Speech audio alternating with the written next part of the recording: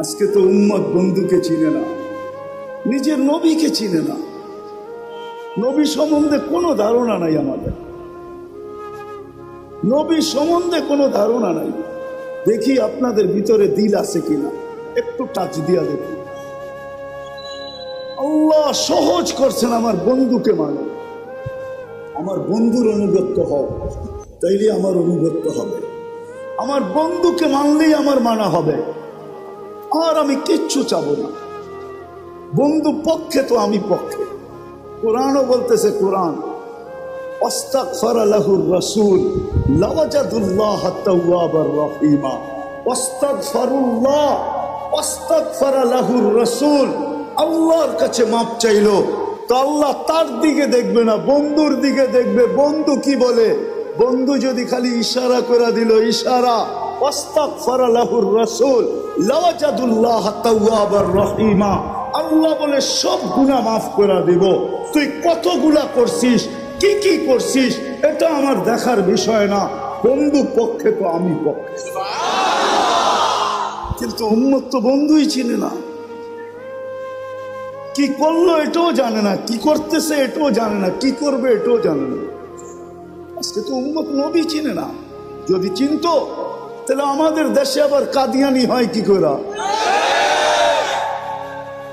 যেখানে মানুষ চিনে, আসল নকল চিনে, যেই ব্যাংকে নকল টাকা চিনার মেশিন থাকে, ওই ব্যাংকে কি নকল টাকা জমা দেওয়া যায় নাকি? ও তো মেশিনে চেক করে নিবে, ঠিক না? খালি জমা দিতে গেলেই হবে, শুধু চেক করে টাকা ছিঁড়া ছেড়া দিবে না, বরং হাত করি লাগায়া জেলখানায় ঢুকায়া দিবে। তাই না? আমাদের দেশে কি করে হয় কাদিয়ানি? বুঝা গেল নবী চিনে না। নবী ওলামারা রাগ হয়ে যায় না, কিন্তু আজকে যুবকরা নবী চিনে না, স্কুল কলেজ আলাদা চিনে না, ইউনিভার্সিটি আলাদা চিনে না, জেনারেল শিক্ষিত আলাদা চিনে না, সাধারণ মানুষ নবী চিনে না। নবী কি করলো এটা জানে না, মা বোনরা চিনে না, নাইলে ওই ফাঁদে পা দেয় তো দেখে। বরং এটা হয়তো, তাও তো আমাদের দেশের না, ইনপুটেড জিনিস। কি ইনপুট করা বাহিরের জিনিস, ঠিক না? কাদিয়ান কি আমাদের দেশে নাকি? এটা তো পাঞ্জাবে। এই দেশে এসে জায়গা নিল কি করে? আমরা চিনি না দেখা জায়গা নেওয়ার সুযোগ পাইছে। যদি চিনতো তাহলে প্রথম যেই ব্যক্তির কাছে আসছিল ওই চিতা পিটা কইরা ভিসা ছাড়া বর্ডারের ওই পারে দিয়ে আসতো। শুধু শুধু তো আল্লাহ বলেন না, ওয়াফি আনফুসিকুম আফালা তুবসিরুন। তুই শিক্ষিত তো হইলি বটে, কিন্তু তোর ভিতরে আমি কি কুদরত ফিট করছি ওটা নিয়ে বাবার তোর কোনোদিন সুযোগ হয় না। তুই ভাবিস না, তুই তো ভাবিস আলতু ফালতু জিনিস নিয়া, সারাদিন এটা নিয়ে ভাবিস, ওটা নিয়ে ভাবিস। তোর ভিতরে আমি কি ফিট করলাম, তোর ভিতরে আমি কি কুদরত লাগাইলাম, কি প্রযুক্তি লাগাইলাম। তুই সারাদিন প্রযুক্তি নিয়ে ভাবতে থাকিস, প্রযুক্তি নিয়ে বলতে থাকিস, প্রযুক্তি নিয়ে লিখতে থাকিস। ও মানুষ, তোর ভিতরে কি প্রযুক্তি লাগাইলাম এটা তো একবারও দেখলি না। ওয়াফি আনফুসিকুম আফালা তুবসিরুন। তোকে কি চক্ষু দেই না? তুই নিজের ভিতরে তাকায় দেখিস না যে তোর এগুলা চলে কি করে? যদি প্রযুক্তি দিয়ে লাগাইতে হইতো তাহলে না জানি এক চোখে 13 কোটি ক্যামেরা। কত বিশ্বাস মনে হয় না, ঠিক না? আপনাদের বিজ্ঞানেরটাই বলতেছি আমি, কোরআন হাদিসেরটা বলতেছিলাম। এক চোখে 13 কোটি ক্যামেরা, 2 চোখে 26 কোটি ক্যামেরা। 13 কোটি ক্যামেরার তার আল্লাহ নিয়ে গেছেন 1.6 সেন্টিমিটার জায়গা দিয়া, পিছনে নিয়ে গেছেন। পিছনে 2টা তারকে একসাথে লাগতে দেন নাই। যদি 2টা একসাথে লাগতো তাহলে ফায়ার হতো, ফায়ার। আমরা সব উল্টা দেখতাম। 13 কোটি করে 26 কোটি ক্যামেরা। 13 কোটি সরিষা জমা করেন না একটা পাত্রে, দেখেন না পাত্রটা কত বড় হয়। তাইলে এক একটা চোখ জানে এক একটা বড় বড় জাহাজের লাইটের সমান হইতো, ঠিক না? দুইটা এরকম হয়তো রাস্তা দিয়ে হাঁটতেন, ঠিক না? একজন আরেকজনটা দেখাচ্ছি তো পড়া যেতেন, ঠিক না? এত বড় বড় লাগতো, এত বড় বড়, এতটুক জায়গার ভিতরে ফিট করছে। যাক, যেটা বলেই বুঝাইতেছিলাম শেষ জায়গায় চলে আসছি। মেরে দোস্ত, গুছায়া নিয়ে যেতে হবে, প্রস্তুতি নিয়ে যেতে হবে। আমরা নিজের ইচ্ছায় দুনিয়াতে আসিনি, আবার নিজের ইচ্ছায়ও যাব না। ইসলামে নিজের ইচ্ছায় যাওয়া এটা মহাপাপ, যেটাকে আত্মহত্যা বলে। আর মানুষ নিজের ইচ্ছায় দুনিয়াতে আসে নাই, এটা চির সত্য কথা।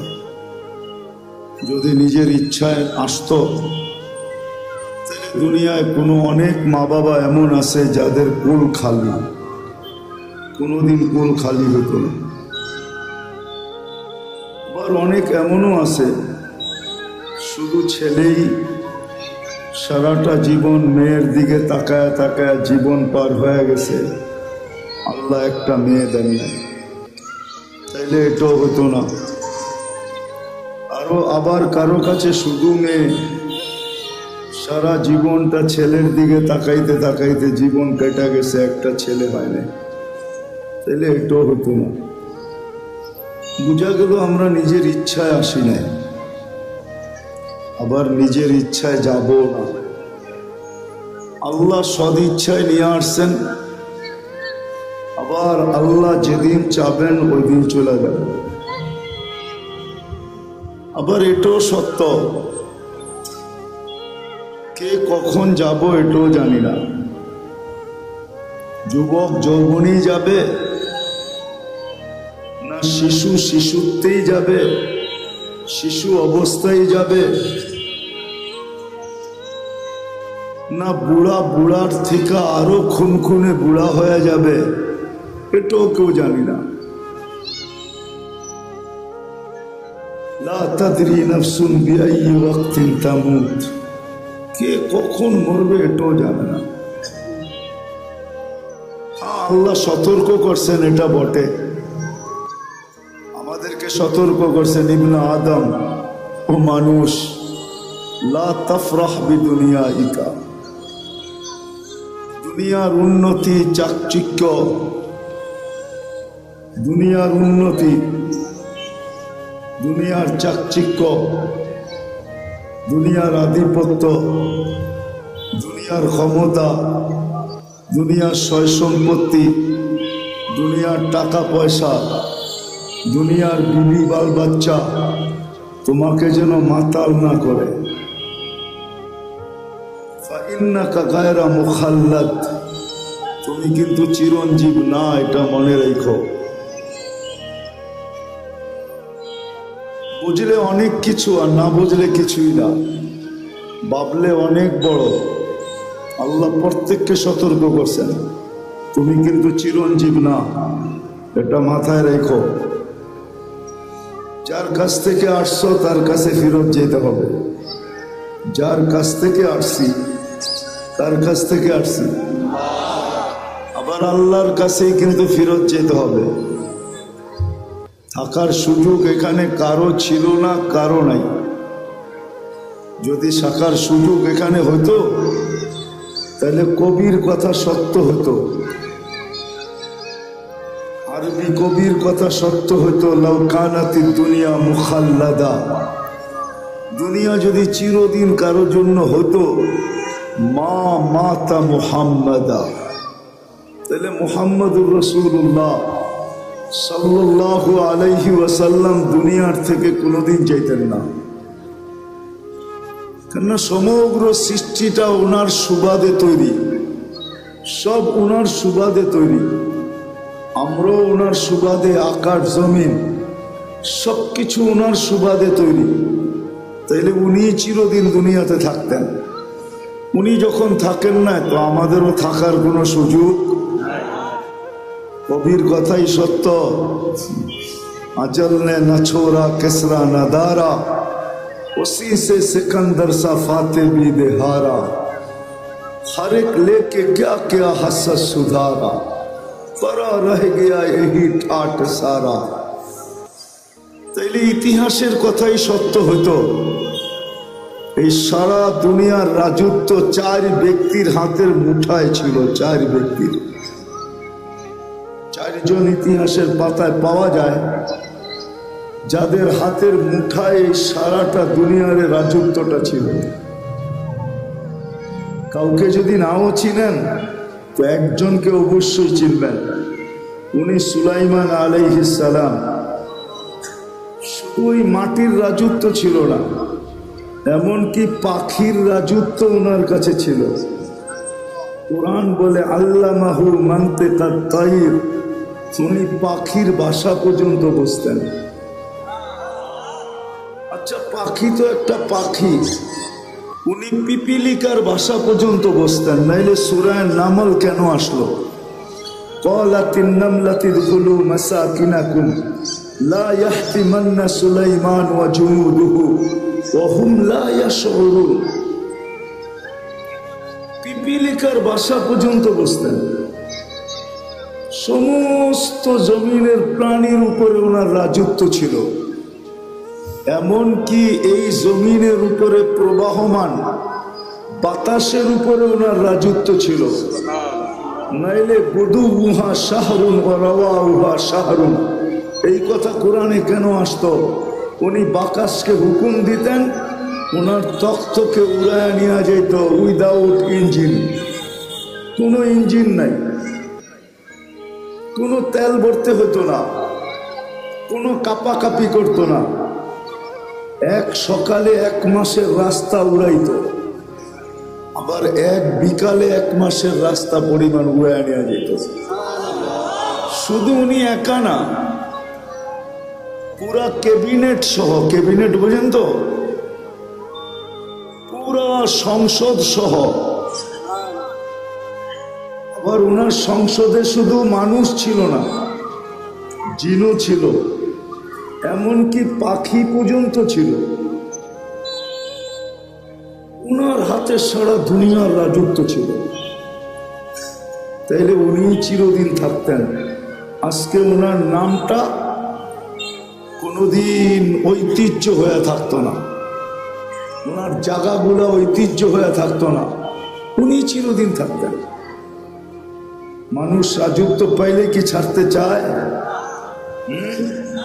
কি ওই চেয়ার, এমন চেয়ার যে সুপার গ্লু লাগানো আছে, যে বসে আর ওটার থেকে ছাড়, ওই চেয়ার তাকে ছাড়তে চায় না। তো সুলাইমান আলাইহিস সালাম সারা জীবন থাকতেন। বোঝা গেল এখানে চিরদিন থাকা যাবে না, চিরদিন থাকা যাবে না। কথা লম্বা হবে না, কিন্তু আবার সুরও হবে না। যত ধ্যান দিয়া শুনবেন আশা করি বুঝে আসতে পারে। আর লম্বাও হবে না, অল্প সময় কথা হবে। আর যদি ধ্যান দিয়া শুনতে পারি তা আমার বিশ্বাস অল্প কথা যথেষ্ট হবে। আমি প্রমাণ দিতে পারি। ইব্রাহিম ইবনে আদম রহমতুল্লাহ আলাইহির জীবন 2টা শব্দ দিয়া চেঞ্জ হয়েছে, 2টা শব্দ দিয়া। রাতের অন্ধকারে ঘুম ভেঙে গেছে কারো পায়ের আওয়াজে, তাও নিচে না ছাদের উপরে হাঁটতেছিল, তার পদ আওয়াজে তার ঘুম ভেঙে গেছে। প্রহরীকে বলছে ডাইকা নিয়ে আসো, এই গভীর রাত্রে আমার ছাদে হাঁটে তো হাঁটে কে? প্রহরী ডাইকা নিয়ে আসছে, তো জিজ্ঞাসা করছে এই রাত্রে তুমি ছাদে করো তো করো কি, তোমাকে তো চিনিও না। তো বলছে আমার উট হারায় গেছে, খুঁজতে খুঁজতে আপনার ছাদে চলে আসছি। তখন কিন্তু উনি রাজা, বলখের রাজা, ইরাকের একটা এলাকা বলখ, ওই এরিয়ার উনি রাজা ছিলেন। তো বলছে মাথা নষ্ট নাকি, উট খুঁজবে মরুভূমিতে অথবা জঙ্গলে, তুমি রাজপ্রাসাদের ছাদে উট খুঁজতেছ? তো বলছে রাজা মশাই, যদি আমি পাগল হই তাইলে আপনিও আমার সাথে। বলছে মানি? তাইলে আপনিও পাগল। বলছে কি কইরা? আমি পাগল হলাম কি করে, প্রমাণ কি? বসে আমি যদি ছাদে খুঁজে না পাই তা আপনি রাজপ্রাসাদে বসে আল্লাহ পাবেন কি করে? এতটুক কথায় জীবন চেঞ্জ, সকাল থেকেই জীবন চেঞ্জ। রাজত্ব ছাড়ছেন, ফকিরি গ্রহণ করা। আজকে ইব্রাহিম ইবনে আদহাম নাম নিতে দেরি, রহমতুল্লাহ আলাই পড়তে দেরি করে না। রহমতুল্লাহ আলাই পড়তে কেউ দেরি করে না। প্রথম সারির আল্লাহওয়ালাদের ভিতর থেকে একজন। আরেকটা হাদিস থেকে শুনায় দিই, হাদিস কিতাব থেকে। বনি ইসরাইলের একজন বদমাশ ছিল, নাম ছিল কিফিল। বনি ইসরাইলের বদমাশ প্রতি রাত্রে খরচ করতেন ব্যভিচারের পিছনে, ব্যভিচারের পিছনে। বর্তমান টাকায় 50 থেকে 60 লক্ষ টাকা বর্তমান টাকায়। একদিন নিয়ে আসছেন এক মহিলাকে, কামরায় ঢুকায় দিয়া বলতেছেন আমি প্রস্তুতি নিয়ে আসতেছি। যখন প্রস্তুতি নিয়ে আসছেন তো দেখতেছেন এক কোনায় বসে কাঁদতেছে। তো জিজ্ঞাসা করতেছে কাঁদিস কেন? তোকে তো জোর করে নিয়ে আসি নাই, টাকা দিয়া নিয়ে আসছি। তো বলছে শোন কিফিল, আমি বাজারি মেয়ে না, বিপদের কারণে তোর হাতে ধরা দিতে বাধ্য হয়েছি, কিন্তু আমি কাঁদতেছি কেন জানিস? যে কালকে এই চেহারাটা আল্লাহকে কি করে দেখাবো, কালকে এই চেহারাটা আল্লাহকে কি করে দেখাবো। এতটুক কথা। কিফিলের দিল ফেরা গেছে। পয়সাটা হাতে উঠায় দিয়া বলছে বোন তোর গায়ে হাত দিব না, কিন্তু একটা অনুরোধ করব, আমি তওবা করতেছি, তুই চোখের পানি দিয়ে আল্লাহকে একটু বইলা দেবে। ওই রাত্রেই কিফিলের মৃত্যু হয়েছে। ঘরের দরজায় সোনালি অক্ষরে লেখা উঠছে কাদ গাফারাল্লাহু লিকিফলিন, আল্লাহ কিফিলকে মাফ করে দিয়েছে। জীবন পরিবর্তন হইতে অনেক কথার প্রয়োজন হয় না, 2-4টা কথাই যথেষ্ট। মালিক ইবনে দিনার রহমতুল্লাহ আলাইহির জীবন চেঞ্জ হয়েছে শুধু স্বপ্নের একটা কথা দিয়া। একমাত্র মেয়ে ছিল, একমাত্র মেয়ে তার ছোট বয়সেই মারা গেছে। স্বপ্নে মেয়ের সাথে দেখা হয়েছে, কাহিনী বড় লম্বা, আমি শর্ট করতেছি, আসল যেটা সেটা বলতেছি। তো ছেলে মেয়ে বাপের হাত ধরা বলছিল আব্বা এখনো কি মুসলমানের ফিরে আসার সময় হয় নাই? এতটুকু কথা তার জীবন চেঞ্জ। জন্য কথা লম্বা হবে না, ধ্যান যত হবে আমার বিশ্বাস তত কথা তত বেশি দিলে গাঁথবে। নড়াচড়া যত কম হবে তত বেশি কথা দিলে গাঁথবে। তো যেটা বলতেছিলাম, অস্তিত্ব সদিচ্ছায় না, আর যাওয়াটাও সদিচ্ছায় না, আবার এইখানে চিরদিন থাকাও না। কেউ চিরদিন থাকবে না। দুনিয়া এটার প্রমাণ দিতেছে। ডেলি 4 থেকে 5 লক্ষ মানুষ ডেলি উঠা যেতেছে। আবার আপনি বলবেন তেমন আসতেছে, জন্ম নিতেছে, মানি, কিন্তু একদিন উঠানোটা উপরে হবে, আশাটা কমে আসবে। উঠতে উঠতে একদিন দুনিয়া শূন্য হবে, এটাই সত্য। দুনিয়া শূন্য হবে, নাইলে হাদিসে এই কথা আসতো না। কোন এক পর্বে আল্লাহ মালাকুল মউতকে জিজ্ঞাসা করবে মাম বাকিয়া আলা যাহরিল আরদ, জমিনে কে বাকি? মালাকুল মউত বলবে লা আলাল আরদি আহাদ, জমিনে কেউ বাকি নেই। সব টোকায় টোকায় নিয়ে আসছি, কুড়ায় কুড়ায় নিয়ে আসছি, খুঁজা খুঁজা নিয়ে আসছি। আল্লাহ জিজ্ঞাসা করবে আইনাল্লাযীনা কানু ইয়াঈশুনা ফি বুরুজিন মুশাইয়্যিদা, ওরা কোথায়? যারা বড় বড় উঁচা উঁচা দেওয়ালের ভিতরে বাস করত, চতুর্দিকে পাহারা আর পাহারা, টেকনোলজি আর টেকনোলজি, মেশিন আর মেশিন। যারা মৃত্যুকে স্বপ্নেও ভাবত না, ওরা কোথায়? আল্লাহ জানেন। মালাকুল মউত বলবে ওদেরকেও নিয়ে আসছে, কেউ বাকি নেই। হ্যাঁ, বাকি আছে আহলুস সামাওয়াত, আকাশওয়ালারা বাকি। আনতাল হাইয়ুল্লাযী লা তামুত, আর আপনি চিরঞ্জীব। আল্লাহ বলবে লাগা আকাশে ঝাড়ু, 7 আকাশে ঝাড়ু দিবে। তারপরে জিজ্ঞাসা করবে এইবার, তো বলবে লা আলাল আরদি ওয়ালা আলাস সামাওয়াত, জমিনও কেউ বাকি নেই, আকাশেও কেউ বাকি নেই। ইল্লাল্লাযীনা ইয়াঈশুনা তাহতা আরশি, আপনার আরশের নিচে যারা বিরাজমান এরা বাকি আছে। আর আপনি চিরঞ্জীব, আনতাল হাইয়ুল্লাযী লা তামুত। আল্লাহ বলে লাগাও আমার আরশের নিচে ঝাড়ু, ওইখানেও ঝাড়ু লাগাবে। জিজ্ঞাসা করবে এইবার, তো বলবে লা আলাল আরদি ওয়ালা আলাস সামাওয়াতি ওয়ালা তাহতা আরশি, জমিনেও না, আকাশেও না, আপনার আরশের নিচেও না। ইল্লা ইসনা আশার ওয়া আনতাল হাইয়ুল্লাযী লা তামুত, শুধু 12 জন বাকি, 12 জন। আল্লাহ বলবে নাম বলো, তো বলবে আরবাতু, জিবরিল, মিকাইল, ইসরাফিল, মালাকুল মউত, নাহনু আরবা, আমরা 4 জন। ওয়া সামানিয়াতু মিন হামিলাতি আরশি, আপনার আরশ বহনকারী 8 জন, টোটাল 12 জন বাকি। আল্লাহ বলবে জিবরিল, মিকাইল, ইসরাফিলের মৃত্যু হোক, 3 জন মারা যাবে। এবার জিজ্ঞাসা করবে আল্লাহ এইবার, তো বলবে 9 জন, 8 জন আপনার আরশ বহনকারী, আর আমি আর আপনি চিরঞ্জীব। আল্লাহ বলবে ফালিয়ামুত হামিলাতা আরশি, আমার আরশ বহনকারীদেরও মৃত্যু হোক। তারপরে আল্লাহর আগে জিজ্ঞাসা করবে এইবার বলকে, তো বলবে আনা ওয়া আনতাল হাইয়ুল্লাযী লা তামুত, আমি এবং আপনি চিরঞ্জীব। আল্লাহ বলবে ফাতামুত আনতা, এবার তোমার পালা। লিআন্নী কাতাবতুল মাউতা আলা মান তাহতা আরশি, এটাই আমার সিদ্ধান্ত, এটাই সাইনবোর্ডে লেখা আছে। আমার আরশের নিচে যে আছে তাকে মৃত্যুর স্বাদ পান করতে হবে। আল্লাযী হাইলা ইয়ামুত, যে চিরঞ্জীব, ফাহুয়া ফাওকা আরশি, সে আমার আরশের উপরে বিরাজমান। মালাকুল মউতকে আল্লাহ বলবে ফাতামুত, এবার তোমার পালা।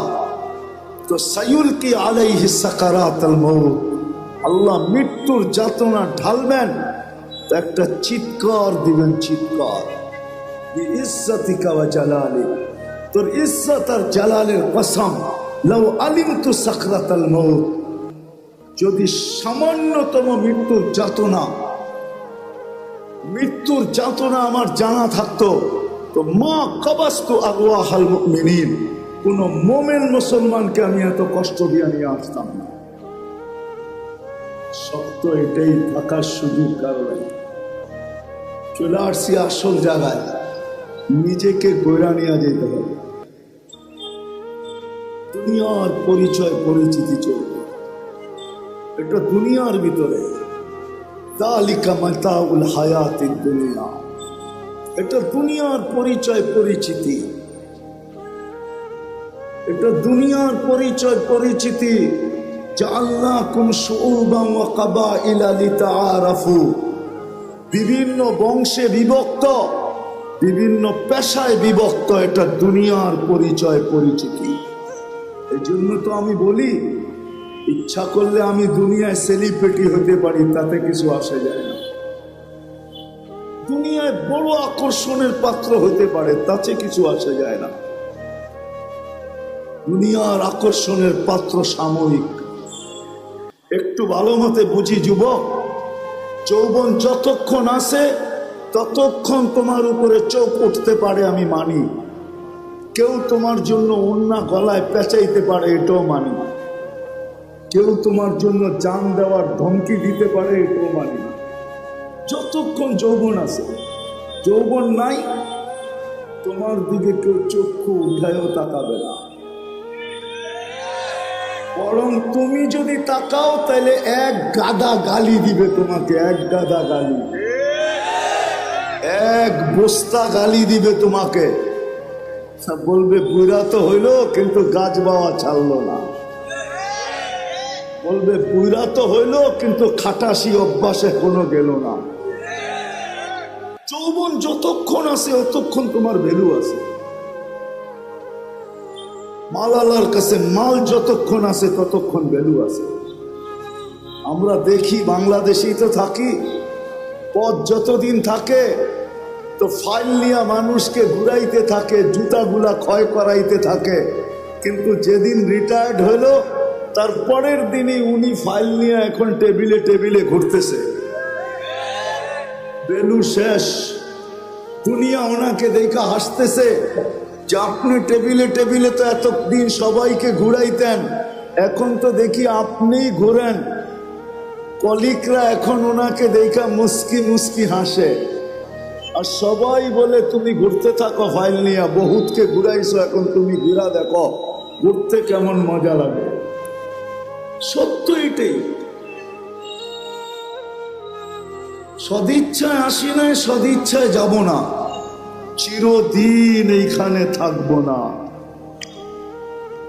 প্রস্তুতি নিয়ে যেতে হবে, এটাই দাবি, আর কিচ্ছু দাবি না। যিনি অস্তিত্ব দিয়েছেন ওনার দাবি এতটুকু, প্রস্তুতি নিয়ে আসো, নিজেকে তৈরি করে নিয়ে আসো, নিজেকে গুছায়া নিয়ে আসো, এটাই ওনার দাবি, আর কিচ্ছু না। ছোট জীবনটার বিনিময় এটাই দাবি, 60-70 বৎসরের বিনিময়। 60-70 বৎসরও তো না, এই উম্মতের জন্য তো 60-70 বৎসরও না। এই উম্মতকে 70 বৎসর দিয়েও আল্লাহ ভাবছেন যে এটা ভালোবাসার বিপরীতে যায় কিনা। আমি তো এদেরকে ভালোবাসি, 60-70 বৎসরে যদি প্রশ্ন উঠায়া দেয় যে তাইলে আর ভালোবাসা হইল তো হইল কি, 70 বৎসর জীবন দিলেন, 60 বৎসর খাটাইলেন, 70 বৎসর খাটাইলেন, তো ভালোবাসার প্রমাণ হইল তো হইল কি। এই জন্য আল্লাহ 2 পর্বে এই উম্মতের জীবনকে কমায়া দিছেন। প্রথম 15 বৎসর মাফ, বালেগ হওয়া পর্যন্ত মাফ, কুফিয়াল কলম সবই হাত্তা ইয়াবলু, বাচ্চা যতক্ষণ পর্যন্ত বালেগ না হয় কলম তার বিরুদ্ধে যায় না। 15 বৎসর মাফ এই উম্মতের জন্য। রইল আর কতটুকু, এটুকু মনে হয় বেশি খাটা মনে হইতেছে, তা আবার আল্লাহ আবার কমায়া দিছেন। 24 ঘন্টায় যতক্ষণ আমরা ঘুমে থাকি কলম উঠানো থাকে, আমাদের বিরুদ্ধে যায় না, এটাও মাপ। এই ছোট জীবনটা দিছেন ঘুরে যাওয়ার জন্য। এই জন্যই তো যে লেখছে বড় সুন্দর লেখছে, তারপরেও যদি গড়তে না পারলো তাহলে ওর চেয়ে বড় হতভাগা কেউ নাই, ওর চেয়ে বড় কপাল পোড়া কেউ নাই, ওর চেয়ে বড় হতভাগা কেউ নাই, ওর চেয়ে বড় কপাল পোড়া কেউ নাই। কোরআনও এটাই বলে, কুতিলাল ইনসানু মা আকফারা, মানুষ তোকে অকৃতজ্ঞতা ডুবায়া দিল, তুই অকৃতজ্ঞ হলি তো হলি কি করা, তোর থেকে বেশি তো চাই নাই আমি।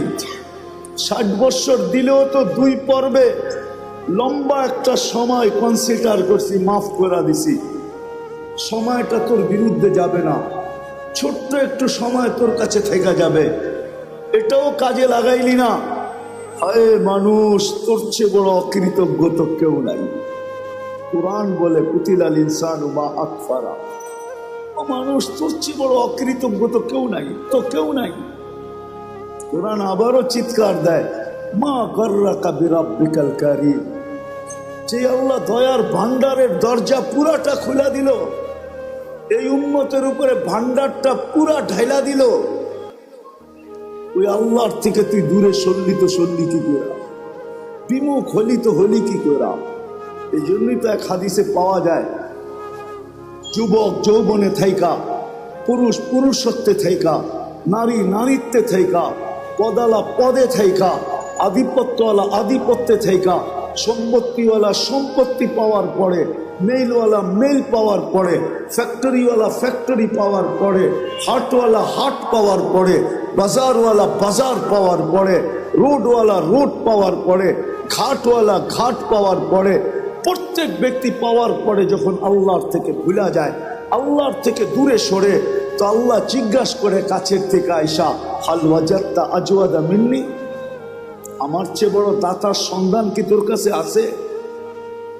বলেন আছে নাকি? কর্ম ছাড়া বেতন কে দিবে? আছে কেউ দেওয়ার? কোন কোম্পানির মালিক আছে যে কর্ম লাগবে না, মাসের শেষে বেতন নিয়ে যাইস? দুনিয়ার রীতিনীতি তো উল্টা। যতটুক খাটায় অতটুকু তো দেয় না, ঠিক না? যত কম দিয়া পারে, ঠিক না? খাটাবে 12 ঘন্টা, বেতন দিবে 6 ঘন্টার, ঠিক না? খাটাবে 18 ঘন্টা, বেতন দিবে 8 ঘন্টার, ঠিক না? এটাই তো দুনিয়ার রীতি। আল্লাহ তো সব ফিরিয়ে দিতেছে। অক্সিজেন কে দেয়? হায় হায়, 1 টাকা লিটারও যদি অক্সিজেনের দাম আল্লাহ রাখতেন, তাইলে বর্তমানে দুনিয়াতে 800 কোটি মানুষ। পূরণ দেন 550 দিয়া, দেখেন কত লিটার হয়।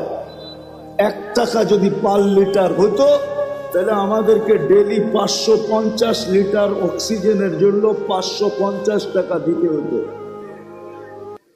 যদি পার শ্বাসে 1 পয়সা হইতো, 1 পয়সা, এটা দিয়া ভাবেন, এটা দিয়া যুবক পায়ে হাত রেখা বলি, এটা দিয়া ভাবো, হইতে পারে বিবেকের পর্দা খুলতে পারে। আর যদি না খুললো, তাহলে দুনিয়ার জীবনটা কেটে যাবে। কোন প্রতিরোধ করার কোনো মেশিন আসে নাই যে দুনিয়ার জীবনের গতির উপরে প্রতিরোধ তৈরি করবে, বাধাগ্রস্ত করবে। কোনো মেশিন আসে নাই। এই গতিকে রোধ করবে, আমাদের জীবনের যাত্রার গতিকে রোধ করবে। আপনি বসে আছেন, যাত্রা কিন্তু চলমান। আপনি ঘুমায় আছেন, যাত্রা কিন্তু চলমান। আপনি বেহুশ আছেন, তারপরও যাত্রা চলমান। আখিরাতের যাত্রা কিন্তু থাইমা নাই। দুনিয়ায় কোনো মেশিন আসে নাই যে প্রতিরোধ করবে। কোনো পাওয়ার ব্যাংক আসে নাই ভৈরা রেখা দিবে। বিদ্যুৎ বইরা রাখা যায়, জীবন বইরা রাখা যায় না, কেটে যাবে এটা। এই জন্য একটু ভালো মতে বুঝি। শ্বাসের উপরে যদি বিল ধরতেন, তাইলে 1 পয়সা, 1 শ্বাস 1 পয়সা, তাইলে ডেলি 1600 টাকা বিল দিতে হতো। 1600 টাকা। বিশ্বাস হয় না? 1,60,000 পয়সায় 1600 টাকা হয়। 1,60,000 বার শ্বাস প্রশ্বাস নেই। যদি পার ডায়ালিসিসে 100 টাকা হইতো, পার ডায়ালিসিস। একবার ডায়ালিসিস করতে কয় টাকা লাগে চেয়ারম্যান সাহেব? কত? আরে আমি 4 থেকে 4,500 টাকা লাগে। 3,000 ভালো জায়গায় করাইলে 4,500 টাকা। আর যদি আরেকটা আছে গণস্বাস্থ্যতে করাইলে 1200-1300 টাকা লাগে। আচ্ছা 1000 টাকা ধরলাম। আল্লাহ যদি পার ডায়ালিসিসে 100 টাকা নিতেন, 100, তো ডেলি 3600 টাকা ডায়ালিসিসে দিতে হতো। আল্লাহ কুদরত দ্বারা আমাদেরকে সুস্থ রাখার জন্য ডেলি 36 বার ডায়ালিসিস করে, 36 বার। একটা প্রযুক্তি বলতেছি, একটা প্রযুক্তি। এই ময়দান যথেষ্ট হইতো না যদি একটা প্রযুক্তি লাগানো হতো। একটা প্রযুক্তি যেটা আমাদের শরীরের ভিতরে চলমান। আমাদের শরীরের ভিতরে ডেঙ্গু জ্বর এত বিপজ্জনক কেন? এটা তো জ্বরই, জ্বর তো চিরাচরিত ছিল, এটা এত বিপজ্জনক কেন? কি কারণে জানেন? আরে বলতে পারবেন? কেননা আমাদের একটা রক্তের ব্লাড সেল আছে, এটা হলো হোয়াইট ব্লাড সেল। ডেঙ্গু জ্বর হইতে দেরি, হোয়াইট ব্লাড সেল দ্রুত গতিতে নিচে নামতে দেরি করে না। যদি 10,000 15,000-এ চলে আসে, এটার কমসে কম 1.5 লাখ থাকতে হবে, উপরে 4.5 লাখ। 1.5 লাখের নিচে আসলেই ডাক্তার সারাদিন দেখতে থাকবে যে কত কমতেছে। যদি 10-15-তে চলে আসলো, তো ডাক্তার বলবে এইবার রক্ত দেন। যদি রক্ত দিয়ে উপরে না উঠলো, তো ডাক্তারও হাত ধুইয়া বসা যাবে যে মনে হয় আর বাঁচানো যাবে না। এরকম 2টা ব্লাড সেল আছে আমাদের শরীরে, একটা হলো হোয়াইট, একটা হলো রেড, একটাকে বলে লাল, একটাকে বলে সাদা। এই দুইটাকে কন্ট্রোল করার জন্য যদি প্রযুক্তি ব্যবহার হতো তাহলে এই ময়দান ভরা মেশিন লাগতো। আল্লাহ ওটা কুদরত দিয়া ঠিক রাখেন।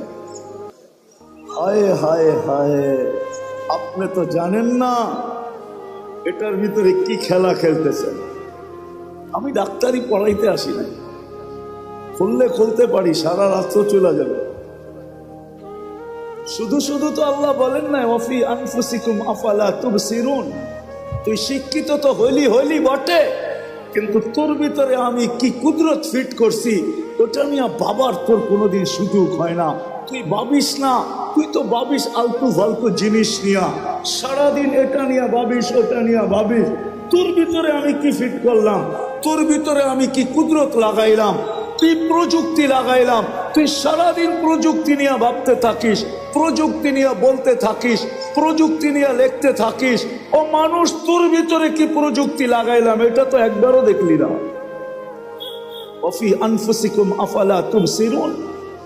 তোকে কি চক্ষু দেই না? তুই নিজের ভিতরে তাকায় দেখিস না যে তোর এগুলা চলে কি করে? যদি প্রযুক্তি দিয়ে লাগাইতে হইতো তাহলে না জানি এক চোখে 13 কোটি ক্যামেরা। কত বিশ্বাস মনে হয় না, ঠিক না? আপনাদের বিজ্ঞানেরটাই বলতেছি আমি, কোরআন হাদিসেরটা বলতেছিলাম। এক চোখে 13 কোটি ক্যামেরা, দুই চোখে 26 কোটি ক্যামেরা। 13 কোটি ক্যামেরার তার আল্লাহ নিয়ে গেছেন 1.6 সেন্টিমিটার জায়গা দিয়া, পিছনে নিয়ে গেছেন। পিছনে দুইটা তারকে একসাথে লাগতে দেন নাই। যদি দুইটা একসাথে লাগতো তাহলে ফায়ার হতো, ফায়ার। আমরা সব উল্টা দেখতাম। 13 কোটি করে 26 কোটি ক্যামেরা। 13 কোটি সরিষা জমা করেন না একটা পাত্রে, দেখেন না পাত্রটা কত বড় হয়। তাইলে এক একটা চোখ জানে এক একটা বড় বড় জাহাজের লাইটের সমান হইতো, ঠিক না? হ্যাঁ, দুইটা এরকম হইতো, রাস্তা দিয়ে হাঁটতেন, ঠিক না? একজন আরেকজনটা দেখা চিতয়া পড়া যেতেন, ঠিক না? এত বড় বড় লাগতো, এত বড় বড়, এতটুক জায়গার ভিতরে ফিট করছে। যাক, যেটা বলেই বুঝাইতেছিলাম শেষ জায়গায় চলে আসছি। মেরে দোস্ত, গুছায়া নিয়ে যেতে হবে, প্রস্তুতি নিয়ে যেতে, প্রস্তুতি নিয়ে যেতে হবে, নিজেকে গোড়া নিয়ে যেতে হবে। সদিচ্ছায় আসি নাই, সদিচ্ছায় যাব না, চিরদিন এখানে থাকবো না, এটাই সত্য। নিজেকে গোড়া নিয়ে যেতে হবে, গুছায়া নিয়ে যেতে হবে, প্রস্তুতি নিয়ে যেতে হবে। এই ছোট সময়টার ভিতরে ওইখানে সময় পাওয়া যাবে কিন্তু মূল্য পাওয়া যাবে না। ওইখানে সময় পাওয়া যাবে। আজকে তো সারা দিনে একবার আল্লাহ বলার সুযোগ হয় না। এই মজমায় আছে এরকম যুবক যে সারা দিনে একবার মনের থেকে আল্লাহকে ডাকে না, আল্লাহ বলে না একবার। এই মজমায় আছে সারা দিনে 200 বার আল্লাহ আল্লাহ বলে না, সকালে একবার 100, বিকালে 100। আছে এই মজমায়, বেশিরভাগই এই মজমায়। এই মজমায় আছে এরকম লোক সারা বৎসরে একবার কোরআনটাকে নিয়ে পড়তে তো জানে না, কোরআনটাকে নিয়ে একবার একটা চুমা দেয় না, এরকম করে একটা চুমা দেয় না একবার বৎসরে। রাগ হয়ে গেলেন? হ্যাঁ, অথচ ভালোবাসা যদি চুমা দিতেন তাহলে ওয়াদা তো ছিল, আমিও তোকে ভালোবাসা চুমা দিব, আমিও তোকে ভালোবাসবো। তুই আমার কালামকে চুমা দিলি, আমি তোকে ভালোবাসি, বাসবো না তো বাসবো না কেন? না বাইসা যাবো তো যাবো কোথায়? আমিও তোকে ভালোবাসবো। ছোট জীবনটাকে গড়া যেতে হবে। চিরদিন নিজের ইচ্ছায় আসি নাই, নিজের ইচ্ছায় যাব না, চিরদিন এখানে থাকবো। এটাই আল্লাহর দাবি। কোরআন এটাই বলে, আতিউল্লাহ, কোরআন এটাই বলে আল্লাহকে মানো, জীবনটা গড়ে আসো। কোরআনের দাবি এটাই, জীবন গড়া, প্রস্তুতি নেওয়া। চলে যেতে হবে। কিন্তু আরেকটা কথাও বলে দেই, সন্দেহ মানুষ থাকতে পারে যে মনে হয় দুনিয়ার কিছু ওইখানে, দুনিয়ার টাকা পয়সা চলুক আর না চলুক সম্পর্ক মনে হয় চলবে।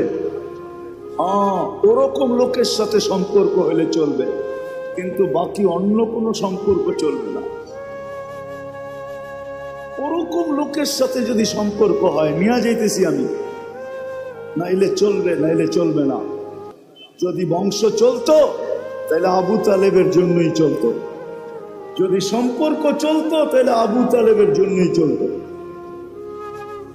কিন্তু এটা চলবে, প্রস্তুতির সাথে চলবে, প্রস্তুতিহীন চলবে না।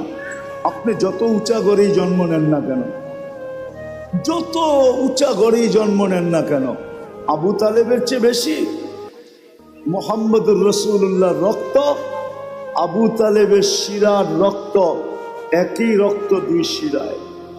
অথচ মুহাম্মদুর রাসূলুল্লাহ সাল্লাল্লাহু আলাইহি ওয়াসাল্লামের দূষিত রক্ত পান করতে দেরি, আল্লাহর রসুলের মুখ থেকে ঘোষণা আসতে দেরি হয় নাই, তোর শরীর জাহান্নামের উপরে হারাম।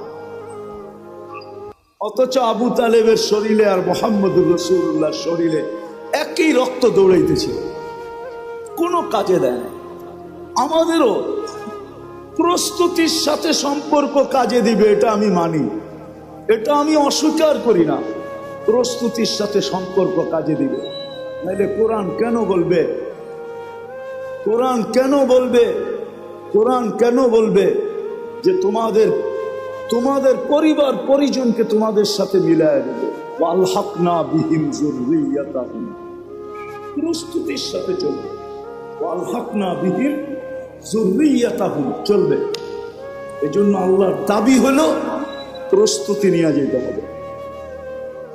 রাজি? ইনশাআল্লাহ না মনের থেকে না মুখের থেকে? প্রতিজ্ঞা? বিলকুল। দেখি কে কে প্রস্তুতি নিতে রাজি। আল্লাহ কবুল করুক নামাজ। কিন্তু একটা প্রশ্ন হতে পারে, আল্লাহ আপনি বলতেছেন আপনাকে মানার দ্বারা প্রস্তুতি নিব, কিন্তু আপনাকে মানবো তো মানবো কি করে? চোখে তো আপনাকে দেখা যায় না, কানে তো আপনার কথা শোনা যায় না, ধ্যান ধারণায় তো আপনাকে আনা যায় না, ধ্যান ধারণায় তো আনা যায় না, বর্ণনা দিয়ে তো শেষ করা যায় না। দুনিয়ায় সামান্য পদস্থ মানুষ হইলেই সিরিয়ালের জন্য মাসের পর মাস অপেক্ষা করতে হয় না? নাই বাংলাদেশে এরকম কোনো ডাক্তার আছে? 3 মাস 4 মাস আগে সিরিয়াল নিতে হয়, ঠিক না? সামান্য একজন ডাক্তার, ঠিক না? কি আরে রাগ হয়ে গেলেন বুঝি, ঠিক না? কত মানুষ ওনার হাতে ভালো হয়েছে, আবার কত মানুষ ওনার হাতে আজিমপুরেও গেছে, ঠিক না? না যায় নাই? না যায় নাই? বড় ডাক্তারের হাতে মানুষ মরে বেশি, এটা জানেন? ছোট ডাক্তার তো ভয় পায়, এই জন্য খালি রেফার করে। কি করে? সব মুসিবত বড় জনের কান্দে পড়ুক, আমার কান্দে পড়ার দরকার নাই। আবার ও এটাও ভাবে আজিমপুরের কাছ দিয়ে গেলে আমার চেহারা ঢাকা যেতে হবে, খামাখা এটাও দরকার নাই, বড় ডাক্তারের কাছে পাঠায় দেয়, ঠিক না?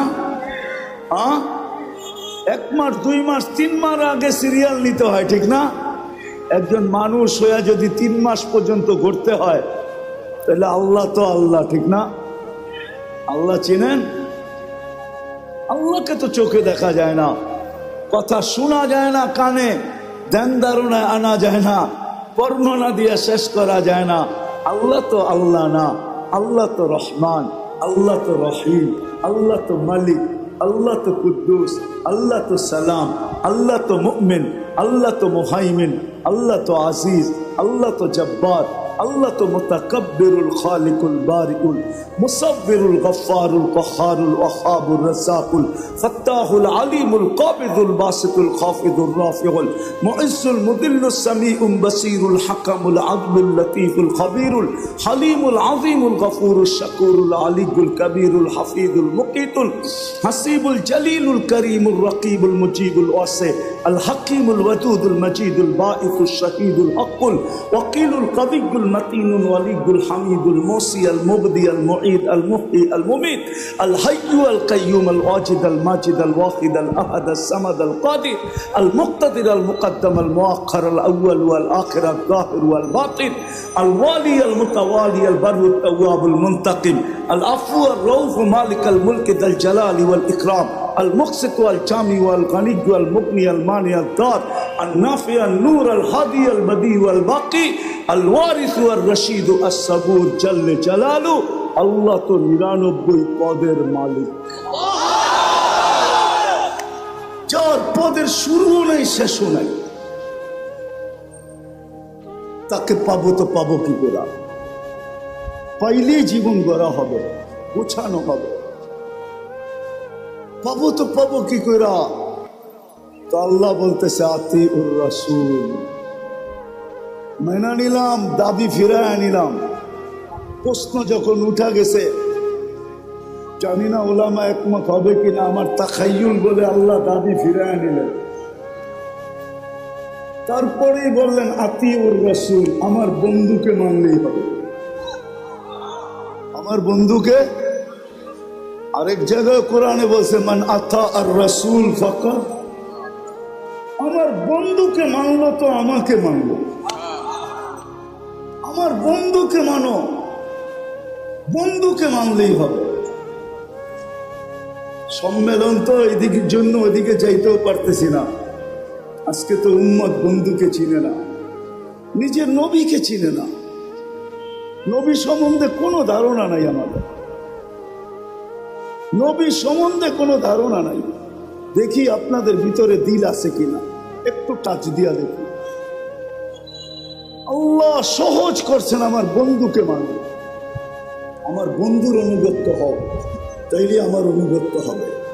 আমার বন্ধুকে মানলেই আমার মানা হবে, আর আমি কিচ্ছু চাবো না। বন্ধু পক্ষে তো আমি পক্ষে। কোরআনও বলতেছে, কোরআন ওয়াস্তাগফারা লাহুর রাসূল লাওয়াজাদুল্লাহ তাওয়াবার রহিমা। ওয়াস্তাগফারুল্লাহ ওয়াস্তাগফারা লাহুর রাসূল, আল্লাহর কাছে মাপ চাইলো তো আল্লাহ তার দিকে দেখবে না, বন্ধুর দিকে দেখবে। বন্ধু কি বলে? বন্ধু যদি খালি ইশারা করে দিল, ইশারা, ওয়াস্তাগফারা লাহুর রাসূল লাওয়াজাদুল্লাহ তাওয়াবার রহিমা, আল্লাহ বলে সব গুনাহ মাফ করে দিব। তুই কত গুনাহ করছিস, কি কি করছিস, এটা আমার দেখার বিষয় না। বন্ধু পক্ষে তো আমি পক্ষে। কিন্তু উম্মত তো বন্ধুই চিনে না, কি করলো এটাও জানে না, কি করতেছে এটাও জানে না, কি করবে এটাও জানে না। আজকে তো উম্মত নবী চিনে না। যদি চিনতো তাহলে আমাদের দেশে আবার কাদিয়ানি হয় কি করে? যেখানে মানুষ চিনে, আসল নকল চিনে। হ্যাঁ, যেই ব্যাংকে নকল টাকা চিনার মেশিন থাকে, ওই ব্যাংকে কি নকল টাকা জমা দেওয়া যায় নাকি? ও তো মেশিনে চেক করে নিবে, ঠিক না? হ্যাঁ, খালি জমা দিতে গেলেই হবে, শুধু চেক করে টাকা ছিঁড়া ছেড়া দিবে না, বরং হাত করি লাগায়া জেলখানায় ঢুকায়া দিবে। তাই না? আমাদের দেশে কি করে হয় কাদিয়ানি? বুঝা গেল নবী চিনে না। নবী ওলামারা রাগ হয়ে যায় না, কিন্তু আজকে যুবকরা নবী চিনে না, স্কুল কলেজ আলাদা চিনে না, ইউনিভার্সিটি আলাদা চিনে না, জেনারেল শিক্ষিত আলাদা চিনে না, সাধারণ মানুষ নবী চিনে না। নবী কি করলো এটা জানে না, মা বোনরা চিনে না। নাইলে ওই ফাঁদে পা দেয় তো দেখে। বরং এটা হয়তো, তাও তো আমাদের দেশের না, ইনপোর্টেড জিনিস। কি ইনপুট করা বাহিরের জিনিস, ঠিক না? কাদিয়ান কি আমাদের দেশে নাকি? এটা তো পাঞ্জাবে। এই দেশে এসে জায়গা নিল কি করা? আমরা চিনি না দেখা জায়গা নেওয়ার সুযোগ পাইছে। যদি চিনতো তাহলে প্রথম যেই ব্যক্তির কাছে আসছিল ওই চিতা পিটা কইরা ভিসা ছাড়া বর্ডারের ওই পারে দিয়ে আসতো।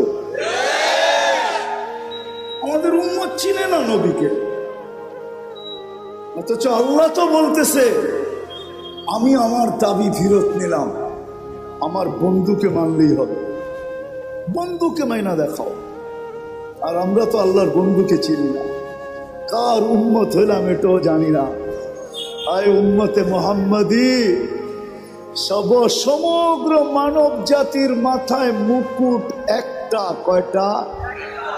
কয়টা? কয়টা? ওয়ালাকাদ কাররামনা বনি আদম, শ্রেষ্ঠত্বের একটা মুকুট। আমাদের মাথায় মুকুট কয়েকটা? কয়েকটা, একটা না। শুধু উম্মতে মুহাম্মদী হতে পারার কারণে প্রথম মুকুট ওয়ালাকাদ কাররামনা বনি আদম, মানুষ হিসাবে একটা মুকুট। দ্বিতীয় আমাদের মাথায় আরেকটা মুকুট, কুনতুম খায়রা উম্মাহ, তোমাদের চেয়ে উত্তম উম্মত নাই, এটা হলো দ্বিতীয় মুকুট। তৃতীয় আরেকটা মুকুট, ওয়াজতাবাকুম, আমি তোমাদেরকে কুদরতি হাত দিয়া নির্বাচিত করছি, এটা আরেকটা মুকুট। আরেকটা দেখামো, আরেকটাও দেখাই। তোমাদের মাথায় চতুর্থ মুকুট, শুহাদা আলান নাস, শুহাদা ওয়ায়াকুনুর রাসূলু শাহীদান আলাইকুম ওয়া তাকুনু শুহাদা আলান নাস। ও উম্মতে মুহাম্মাদী, কিয়ামতের দিন আমি তোমাদেরকে আমার পক্ষে সাক্ষী হিসাবে আমার পাশে দাঁড় করাবো। এই উম্মত সমস্ত উম্মতের উপরে সাক্ষী হবে। বলেন সাক্ষী আর আসামি এক জায়গায় দাঁড়ায়? তাইলে বোঝা গেল আমরা কিয়ামতের মাঠে ইনশাআল্লাহ দাঁড়াবো না, আমরা তো আল্লাহর পাশে দাঁড়াবো। জালালউদ্দিন সুয়ুতী রহমতুল্লাহ আলাইহি লেখছেন, আমরা আরশের পাশে স্টেজ হবে, স্টেজ, আমরা ওই স্টেজে দাঁড়াবো। অনেক সময় পার হয়ে যাবে যদি আমি মুকুট দেখাইতে থাকি আপনাদের। উম্মত হওয়ার কারণে যে মুকুট দিছে, দেখি আজকে দিলের ভিতরে দিল আছে কিনা, বুকের ভিতরে দিল আছে কিনা, লাগে কিনা, দুই একটা শুনায়া দেখি। ওই রসুলকে মানার জন্য হয় হয় যিনি সারা জীবন চোখের পানি কোনোদিন ঝরা থামান নাই, যার চোখের পানি উম্মতের জন্য থামে নাই। জিবরিল জিজ্ঞাসা করছে, মিকাইল জিজ্ঞাসা করছে, আপনি সবসময় কাঁদেন কেন? মা জালা আরাকা তাবকি, আপনি সবসময় কেন কাঁদেন? বলছে, জিবরিল মিকাইল, যেদিন থেকে জান্নাত দেখা আসছি, দুজক দেখা আসছি, উম্মতের জন্য আমার চোখের পানি থামে না, চোখের পানি থামে না। আপনাদেরকে আমি বুঝাইতে পারবো না, এটা বুঝানোর জিনিস না। আচ্ছা চলেন দেখি একটু বুঝতে পারেন কিনা। মুসা আলাইহিস সালাম আল্লাহকে দেখতে চাইছেন, আল্লাহ বলছে পাহাড় যদি স্থির থাকে তাহলে তুমি দেখতে পারবে। এটাই তো কোরআন বলে, ঠিক না? পাহাড় স্থির থাকলে তুমি আমাকে দেখতে পারবে। ফাতাজাল্লা লিল জাবাল, আল্লাহ তুর পাহাড়ে, আমি তুর পাহাড় দেখছি বিদায় বলতেছি আপনাদেরকে, তুর পাহাড়ে আল্লাহ তাজাল্লি দিছেন ৭০,০০০ পর্দার ওই পার থেকে। মধ্যে কত পর্দা? মুসা আলাইহিস সালাম বেহুশ ছিলেন, ৪০ দিন বেহুশের মতো ছিলেন। কতদিন? কতদিন? ৪০ দিন বেহুশের মতো ছিলেন। অথচ কাবা কাউসাইনি আদনা, কাবা কাউসাইনি আও আদনা সুম্মা দানা ফাতাদাল্লা। আল্লাহর রাসূল আরশে এরকম আল্লাহর পাশে বসা, উইদাউট পর্দা। হারায়া যাওয়া উচিত ছিল, কিন্তু হারায়া গেছেন, সব ভুলে গেছেন। পরিবার বলছেন, ফাতেমা বলছেন, হাসান বলছেন, হুসাইন বলছেন, বনু হাশেম বলছেন, কুরাইশি বলছেন, আরব বলছেন, সব ভুলে গেছেন। কিন্তু উম্মত ভুলেন নাই, ওই টেবিলেও উম্মতকে স্মরণ করছেন, ওই টেবিলে। সেইখানে এতটুকু কাছে আলোর জগৎ, তাজাল্লিয়াতের জগৎ, আল্লাহর তাজাল্লি সহ্য করতেছে সিনা, আর পাশে বৈশা উম্মতকে স্মরণ করতেছেন। নাইলে আপনি আত্মাহিয়াত পড়েন কোত্থেকা ওয়া আলা ইবাদিল্লাহিস সালিহিন। এটা তো নবীজি উম্মতকে স্মরণ করে বলছেন। আমার উপরে শুধু সালাম দিলেন, আমাকে শুধু সালাম দিলেন, আল্লাহকে বলছে শুধু আমাকে, আমার উম্মত কই যাবে? তো আল্লাহ জিজ্ঞাসা করছে, বন্ধু এইখানে উম্মত? আমার তাখাইয়ুল যে এইখানে উম্মত না উঠলে তো উঠবে কোন জায়গায়? এই টেবিলে যদি উম্মত না উঠলো তাহলে কোথায় উঠবে? এরকম কাছে হব তো আর হব কখন? এত নৈকট্য পাবো তো পাবো কখন? দুইজন এরকম কাছাকাছি হব তো আর হব কখন? এই টেবিলে যদি উম্মত না ওঠে তাইলে আর কোন টেবিলে উঠবে? এই টেবিলে যদি উম্মত হারায়া যায় তাইলে আর উম্মতকে কোথায় উঠাবো আমি? আজকে ওই উম্মত নবী ছিল, চোখের পানি জন্দ হয় নাই। চলেন, এটা তো এক বেলা। দ্বিতীয়টা শুনাইতেছি। যখন দুনিয়ার থেকে বিদায় নিতেছেন তখন 9 ঘর ক্ষুধার্ত, 9 ফ্যামিলি, নিচে কয়েক দিনের ক্ষুধার্ত, হাসান হুসাইন ক্ষুধার্ত, আলী ফাতেমা ক্ষুধার্ত, ঘরে এতটুকু তেল পর্যন্ত নাই যে বাতি জ্বালায়া রাত্রে অন্ধকার দূর করবে, এতটুকু তেলও নাই। আম্মা জান বলতেছে যদি থাকতো তাহলে খিদা নিবারণের জন্য তেলটা আগে পান করে নিতাম, এতটুকু খিদার ধারণা ছিল। ওই সময় চোখে পানি। জিবরিল জিজ্ঞাসা করছে, কেন কাঁদেন? আতাবকি ওয়া আনতা ইলা রফিকিল আলা, আপনি এখনো কাঁদেন?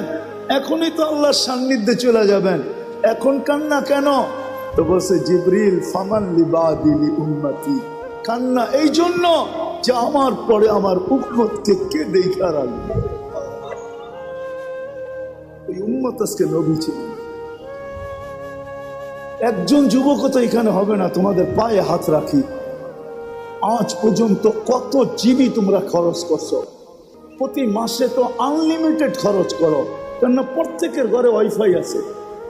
আজ পর্যন্ত কোনোদিন নবীর শান, যে আমাদের নবী কে, ওনার পরিচয় কোনোদিন গুগলে সার্চ দিয়ে দেখছো? যে একটু দেখি, একটু দেখি। ওনার পক্ষে না হইলে তো কিয়ামতের দিন পার হওয়া যাবে না। আল্লাহ পক্ষে হবে না, রব্বে কাবার কসম, মুহাম্মদুর রাসূলুল্লাহ যদি পক্ষে না হলো, দুনিয়ার কেউ তার কোনো আমল দিয়া পার হতে পারবে না। না আমল দিয়া না আল্লাহ পার করবে। মুহাম্মদুর রাসূলুল্লাহ পক্ষে হতে হবে, পক্ষে। আরে যতক্ষণ পর্যন্ত পক্ষে না যাবে ততক্ষণ পর্যন্ত তো আল্লাহ হিসাব কিতাবও শুরু করবে না। ১৬ লক্ষ নবী চিৎকার দিতে থাকবে নাফসি নাফসি বইলা। 312 জন রসুল, 3 জন কিতাবদারি রসুল, 4 জন উলুল আজমি মিনার রসুল, সব চিৎকার দিবে, আল্লাহ হিসাব কিতাব শুরু করেন। আল্লাহ টাকায়ও দেখবেন না যতক্ষণ পর্যন্ত বন্ধু সেজদায় না পড়বে। যখন আল্লাহ রসুল সেজদায় পড়বে, পড়তে দেরি, আল্লাহ বলতে দেরি করবেন না, ইরফা রাসাব। আমার তাখাইয়ুল, কথা বলার ভঙ্গিতে আমি, আমার হাসান কোথায়, আমার হুসাইন কোথায়? অথবা হাসান সম্বন্ধে আপনারা জানেন না, হাসান কে, হুসাইন কে আপনারা জানেন না, নাতি জানেন, নাতি।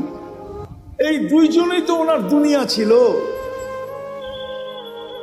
দুজাহানের বাদশাহ, যিনি 2 নাতিকে পিঠে নিয়া ঘরের ভিতরে গোড়া হইয়া চক্কর কাটতেন, চক্কর।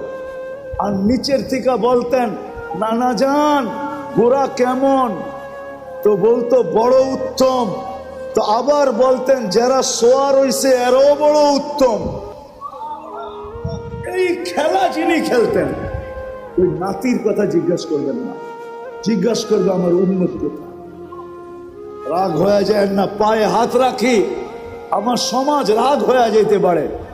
একটা ইউনিয়ন পরিষদের চেয়ার পাওয়ার জন্য আমার দেশে মানুষ মরতে রাজি, মারতে রাজি। কত জান এই পর্যন্ত গেল, আর না জানি যতদিন বাংলাদেশ থাকবে আর কত জান যাবে। শুধু ইউনিয়ন পরিষদের একটা চেয়ার, ঠিক না?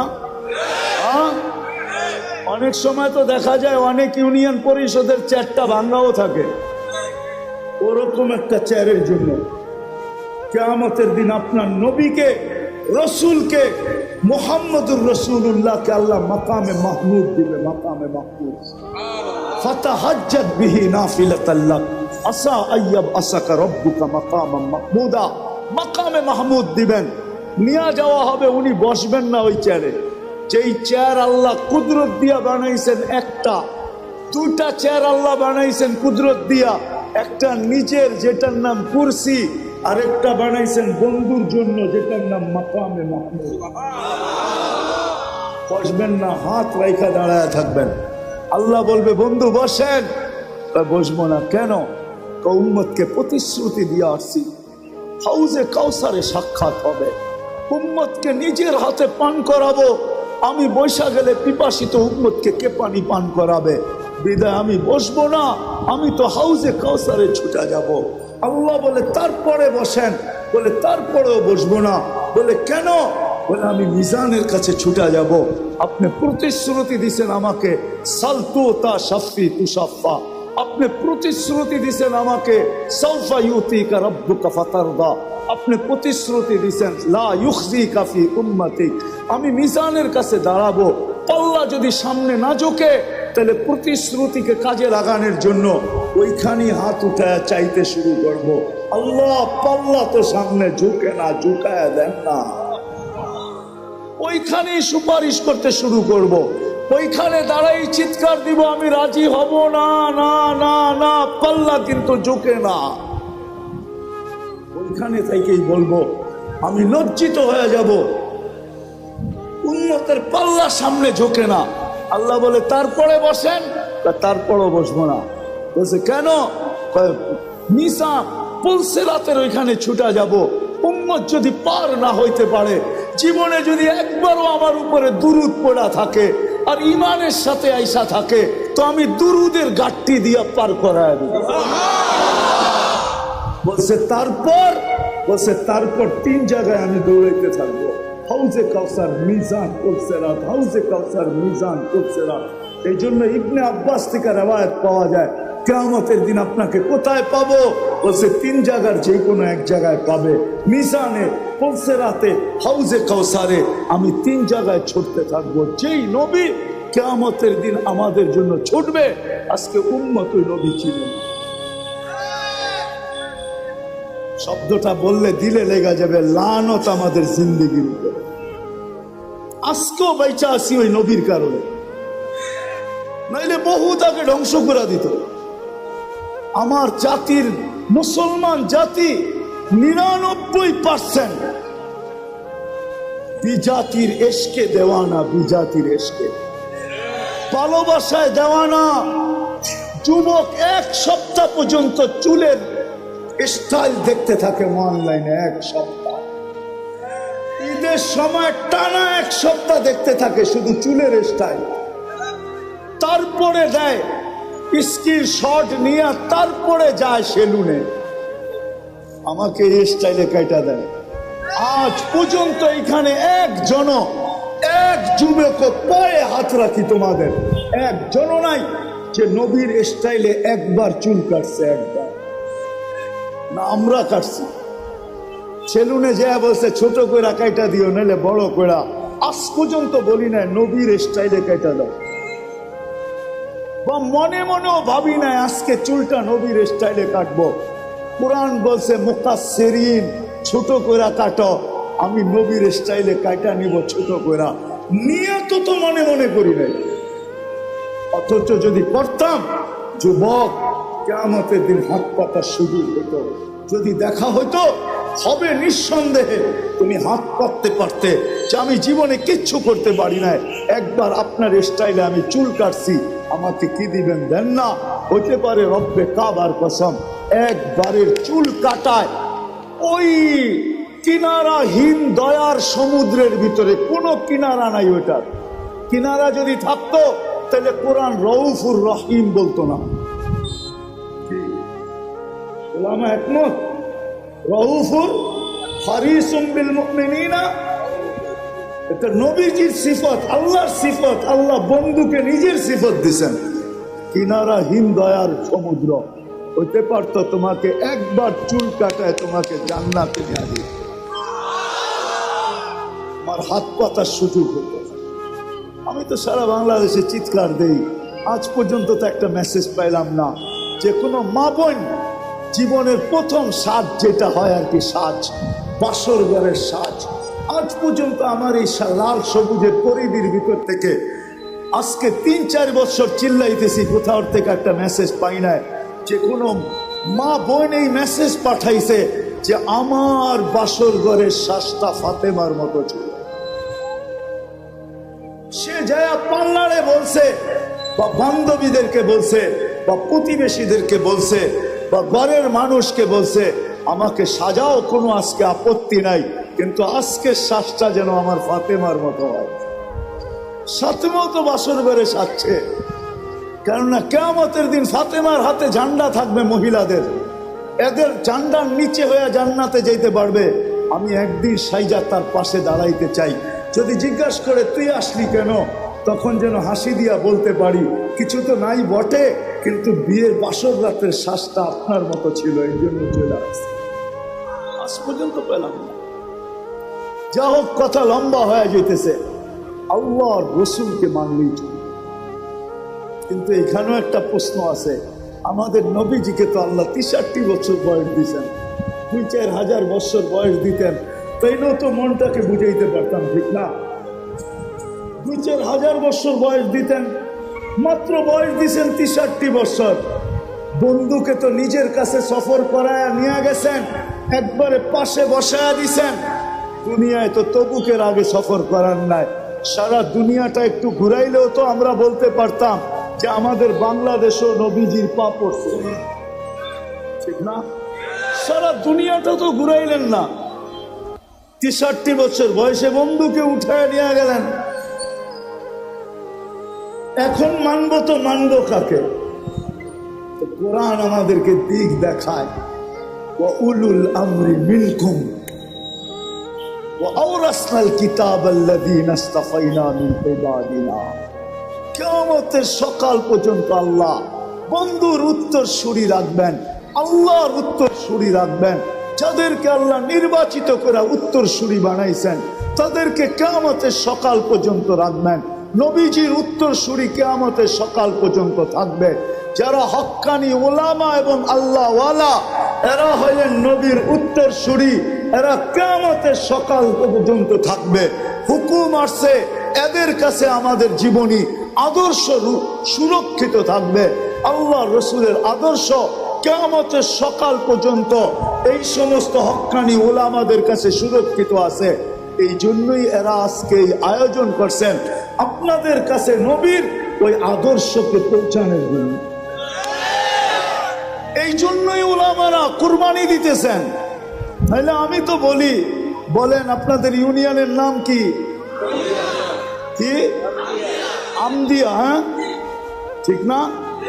ইউনিয়নের ভিতরে সবচেয়ে কোন ইমামের বেতন আছে 30,000 টাকা?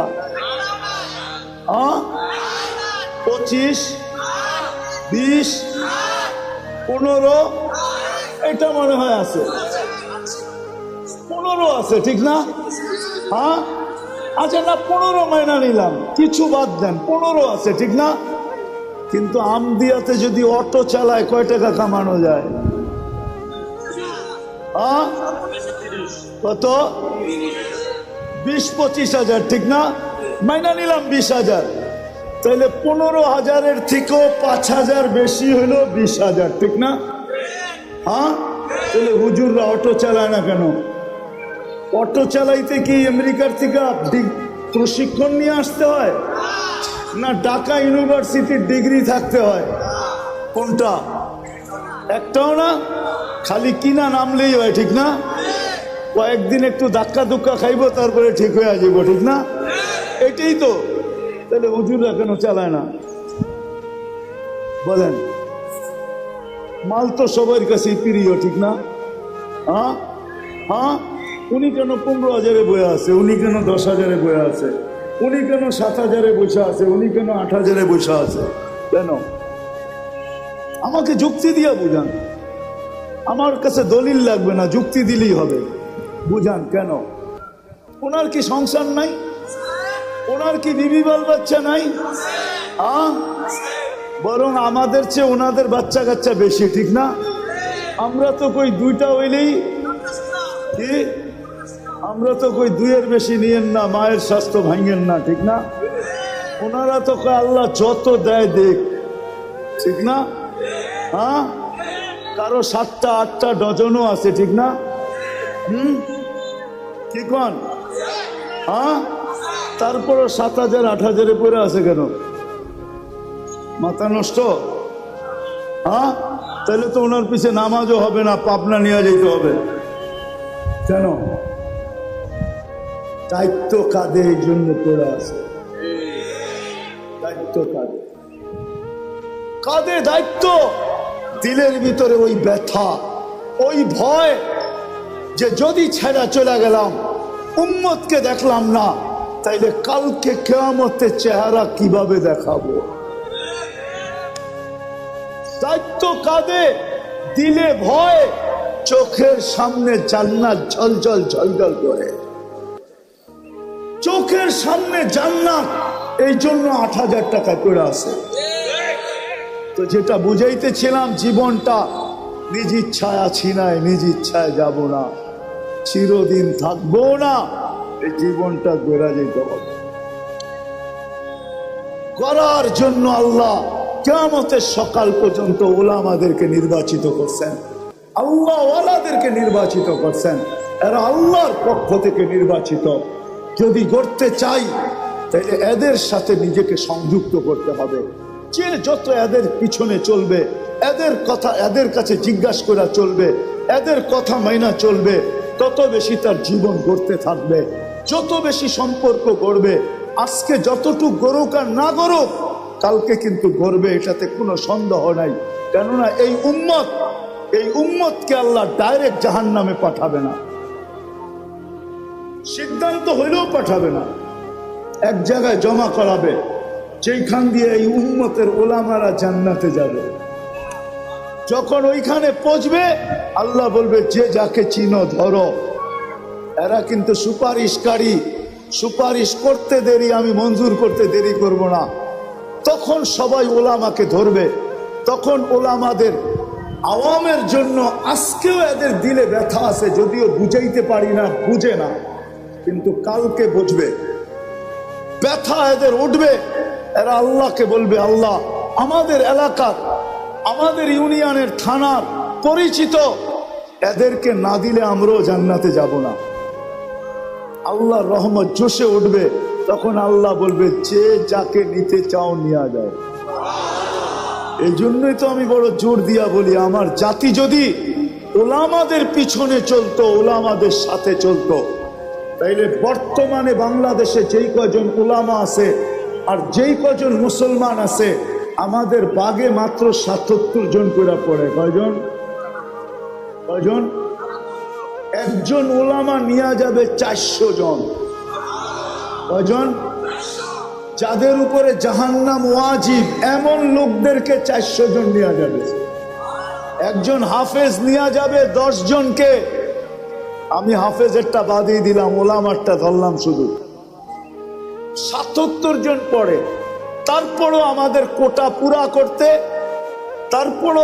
পুরা করতে, 323 জন আমাদেরকে ডাইনে বামের থেকে আইনা কোটা পুরা করতে হবে। বাংলাদেশের মানুষ আমাদের বাগে পড়বে মাত্র ৭৭ জন।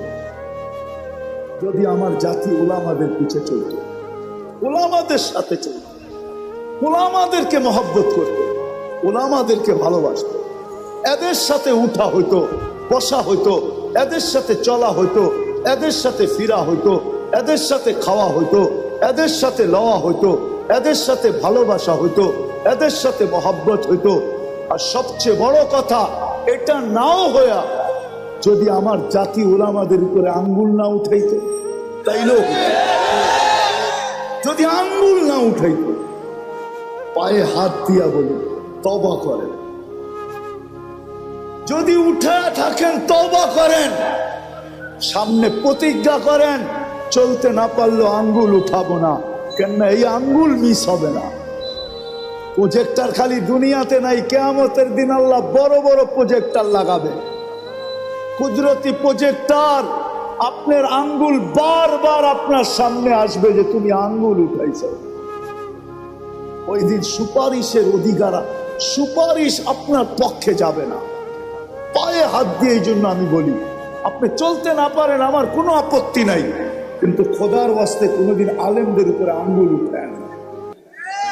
আজকে কিছু হবে না এটা আমি মানি, আজকে কিছু হবে না, আজকে আপনার কার্ডেই চলবে, আমার কার্ড চলবে না, আমি মানি, কিন্তু কাল কিয়ামতের মাঠে এই আঙ্গুল উঠবে। এই জন্য আমার জাতি যদি কমসে কম আঙ্গুল না উঠাইতো, আমি তো বলি এই পোশাকেই তো আমি সারা দুনিয়া যাই, ৯৯টা দেশ তো এই পোশাকেই দেখছি, এখনো তো যাওয়ার সুযোগ আছে, আল্লাহ সুযোগ দিয়া রাখছেন, কিন্তু আমার এই পোশাকের উপরে তো আমি দুনিয়ার কোথাও আঙ্গুল উঠাইতে দেখি নাই। আমার দেশে যতটুকু আঙ্গুল উঠায় দুনিয়ার কোথাও আমি দেখি নাই যে আমার এই পোশাকের উপরে কেউ আঙ্গুল উঠেছে যে তুই এটা কি পরলি। বরং আমি তো বলবো আমার এই টুপিটা সারা দুনিয়ায় যতগুলা প্রশংসা কুড়াইছে, আজ পর্যন্ত মনে হয় কোন ব্যক্তির সাফারি কোট, দামি দামি ব্লেজার আজ পর্যন্ত এর অর্ধেকও কুড়াইতে পারে না। অর্ধেক কি, 4 ভাগও না। আমি তো স্টেজে বসে বলতেছি, যত এয়ারপোর্টে টুপি দেখা বলছে your cap is very nice, তো টুপিটা তো বড় সুন্দর। মুসলমানের তো টুপি দেখি, তোরটা তো অন্যরকম, এই ব্র্যান্ড তুই পাইলি কই? আজ পর্যন্ত টুপি যতটুকু কুড়াইছে। এই জন্য আপনাদের পায়ে হাত রেখা বলি, জীবন গড়া যেতে হবে, কাটায় গেলে চলবে না। এই জন্য আসেন, আসেন, 2-3টা কথা বলবো। আসেন, প্রথমে যা গেছে গেছে, এটার জন্য তওবা করি। রাজি? তাইলে হাত উঠায় বলি আল্লাহ তওবা করলাম। দ্বিতীয়, আজকের থেকে হক্কানি আলেম আল্লাহ ওয়ালাদের সাথে চলবো। তৃতীয়, আজকের থেকে কখনো নামাজ ছাড়বো না। চতুর্থ, বর্তমান প্রেক্ষাপটে ইসরায়েল ফিলিস্তিনের দিকে তাকায়া বর্তমান প্রেক্ষাপটে আমরা প্রতিবাদ করতেছি, এতটুকু যথেষ্ট না। আমরা প্রতিবাদ প্রতিরোধ করতে পারতেছি না, প্রতিবাদ করতেছি, এতটুকু যথেষ্ট না। প্রতিরোধ ওরা করতেছে, যেখানে গাজায় আছে ওরা প্রতিরোধ করতেছে, আমরা কি করতেছি? প্রতিবাদ করতেছি, এতটুকু যথেষ্ট না। আরো 2টা কাজ আমাদের করতে হবে, তাইলে যদি সম্পূর্ণ হয়। ডোজ পরিপূর্ণ হইলে তারপরে ওষুধ কাজ করে। আরো 2টা কাজ আমাদের করতে হবে, যদিও এখানে একজনও নাই। আজকে 2 সপ্তাহের উপরে চলছে গাজার সাথে ইহুদিদের সাথে যুদ্ধ, আমরা প্রতিবাদী করে যেতেছি, ঠিক না? আজকে এই মজমায় কয়জন আছে যে আমি এই প্রথম দিন থেকে আজ পর্যন্ত ডেলি এদের জন্য 2 রাকাত নফল নামাজ পড়তেছি? আমি ওলামাদের পায়ে হাত রাখা বলবো, ওলামাও নাই যে ডেলি আমি 2 রাকাত নফল করতেছি। অথচ আল্লাহর হুকুম ছিল আস্তাইনু বিসসবরি ওয়াসসালাহ, আমার কাছে সাহায্য চাও নামাজের মাধ্যমে। বিদায় আপনাদের পায়ে হাত রাখা বলবো, প্রতিবাদ যত খুশি করেন, আমার কোনো আপত্তি নাই, আমি এটার বিরুদ্ধে না, পক্ষে। কিন্তু সাথে সাথে বলবো, আজকের থেকে যতদিন পর্যন্ত এটা মীমাংসা না হয়, আমরা ডেলি 2 রাকাত সালাতুল হাজত পড়ব। কে কে পড়বেন দেখি? দ্বিতীয় শেষ, এটা 5ম নম্বর, শেষ হাদিসে আছে as-সাদকাতু তারুদ্দুল বালা, সমস্ত বিপদ সদকা দ্বারা দূরীভূত হয়। মুসলমানের উপরে এর চেয়ে বড় কোনো বিপদ হইতে পারে না, যেটা বর্তমানে গাজায় চলতেছে। এর চেয়ে বড় কোনো বিপদ মুসলমানদের উপরে বর্তমানে হইতে পারে? আপনি কি মানেন এর চেয়ে কোনো বড় বিপদ আছে? যেখানে বাইতুল মুকাদ্দাসকে গিলা খায়া ফেলতে চাইতেছে প্রথম কেবলা, এর চেয়ে বড় বিপদ কি হইতে পারে? তাইলে এই বিপদকে দূর করার জন্য আজকের থেকে আমরা 1 টাকা সদকা করব। 1 টাকা করবেন? দেখি কে কে করেন। আমি আপনাদেরকে পদ্ধতি বইলা দিতেছি, পদ্ধতি সহজ। ডেলি 1 টাকা দেওয়া মনে নাও থাকতে পারে। আপনি 10 দিনের নিয়ত করে 10 টাকা দিয়ে দেন, 30 দিনের নিয়ত করে 30 টাকা দিয়ে দেন, সদকা করেন। শুধু প্রতিবাদ করলে চলবে না, এর বেশি আপনার আমার কাছে করার কিছু নাই। আপনি চিৎকার দিলেও কোনো লাভ নাই, রক্ত মাথা ফাটাইলেও কোনো লাভ নাই, কেননা বহুত দূর। আমরা প্রতিবাদ করতে পারি, কিন্তু আমরা 2টা প্রতিবাদের সাথে সাথে আরো 2টা জিনিস করি। একটা হলো সালাতুল হাজাত, নামাজ পড়ি, আর আল্লাহকে কানে কানে বলি, আল্লাহ আবাবিল ঘুরতে দেখি কবে কাজে লাগবে। আল্লাহকে বলি, আল্লাহ আবাবিল উঠতে দেখি কবে কাজে লাগবে। মশা আমাদেরকে কাটতে দেখি কবে কাজে লাগবে। চিৎকারের ফেরেশতাকে ঘুমাইতে দেখি কবে কাজে লাগবে। বাতাসের ফেরেশতাকে ঘুমাইতে দেখি কবে কাজে লাগবে। জিবরিল এখন তো আর ওহির বাহক না, তার 600 ডানা কোন কাজে লাগবে? সেজদায় পড়ে আল্লাহকে বলি না? বলবেন? আল্লাহ আমাদেরকে আমল করার তৌফিক দান করেন।